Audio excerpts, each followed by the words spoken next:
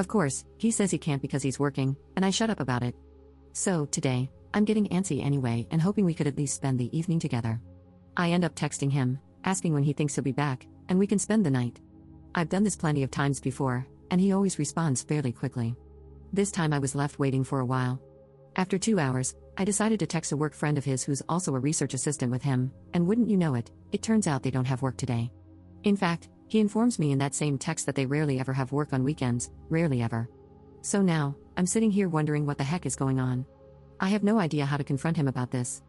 I mean, this has been going on for 3 whole years. If he's cheating on me, he basically has a second family at this point, and obviously, that's where my mind goes, and I have no clue what else it could possibly be. Like, is there any possible explanation for this besides cheating? How in the world do I confront him about something he's been doing for 3 years? Since he's doing whatever it is tomorrow, do I just drive over to his place in the morning and wait and then follow him? Update 1. When I logged off, opinions seemed pretty split on what I should do. Most people just decided to call him a cheater or say that I'm the side chick. Frankly, I wasn't sure I could wait another day to confront him, so I confronted him the night of that post. I texted him, telling him to come over when his work was done, and he did. I waited about 5 minutes for him to settle in before telling him that we needed to talk about something important. He immediately responded with, "Uh-oh," which was a bit demeaning, but that sarcastic response honestly matches his personality. I told him everything that happened, how hurt I was, how I didn't feel like I could trust him about anything considering he's been doing this for 3 years, and then asked if he had anything to say. He told me he wasn't cheating on me or anything like that, he was just embarrassed about what he'd been doing. So I asked him what he could possibly be so embarrassed about as to hide it and lie to me about it for 3 years. He takes like a minute to compose himself and then mutters something incomprehensible. He clearly feels guilty, but I obviously don't hear it, so I ask him what he said because I didn't hear. Then, more clearly this time, he tells me that he volunteers at a homeless shelter every weekend since coming here for his PhD. Volunteering at a homeless shelter? I swear to you, whatever emotions are coming across here were multiplied 10 times in the moment. I could not comprehend what he was saying. Like, he was embarrassed for volunteering at a homeless shelter?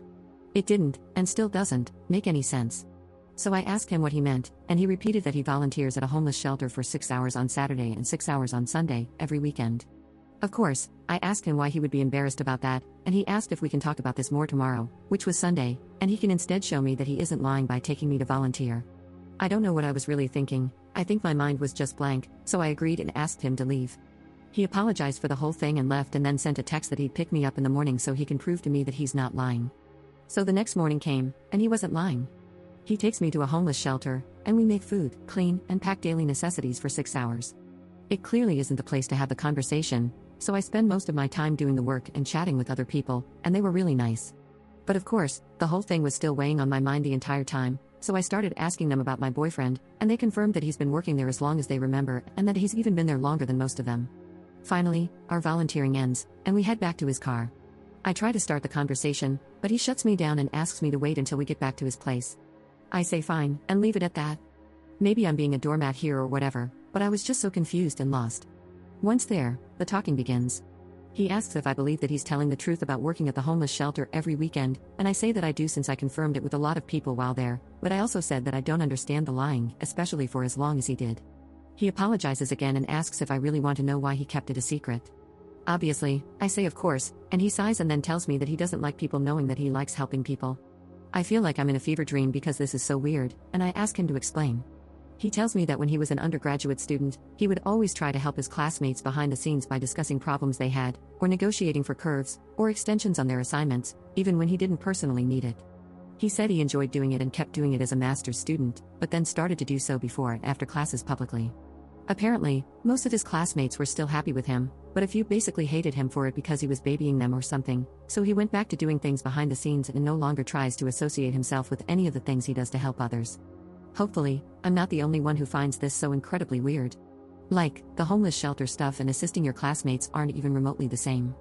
I say as much, and he tells me it does the same thing. It helps people, so he doesn't like people to know about it because then they might misinterpret his intent and think he's masquerading as a good person. Then he assures me that he's not a good person at all, but he still wants to do what he can, so this is what he does when he has time. What the flippity flop am I listening to? So I ask if he really thinks I would get mad that he's helping homeless people in his free time, and he tells me he wasn't sure at first, especially since I wanted to spend weekends together when we were first going out together. No duh, every couple does, so he just lied to hide it at first, but he knows I wouldn't do that now, but kept the lie going because he thought it would be too weird to suddenly say that he's volunteering at a homeless shelter. I feel like I've come to the conclusion that he's just really, really weird. His way of thinking has always been odd, but this, in particular, is just so weird. Like, he seems to understand the situation and where I'm coming from, but didn't think to tell me the truth on his own?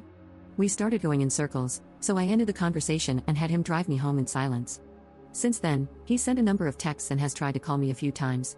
I didn't pick up on Monday or Tuesday because I felt like I needed time to think, but I finally picked up today, and we had a talk in which we both reiterated what we had said. I know a lot of people were telling me to break up with him, but I'm still thinking things through. I'm going to try to get him to hang out this weekend and make my decision after that. This whole thing has been so weird. I'm sorry that I've repeated that so much, but my brain is still rather scrambled. Update 2. So I asked him to come over so we could talk, and he did.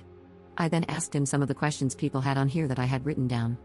Volunteering for 6 hours but still not having time for me. He said he would get there a little early and leave late, but would then spend the remaining hours running errands and actually working on PhD/assistant stuff.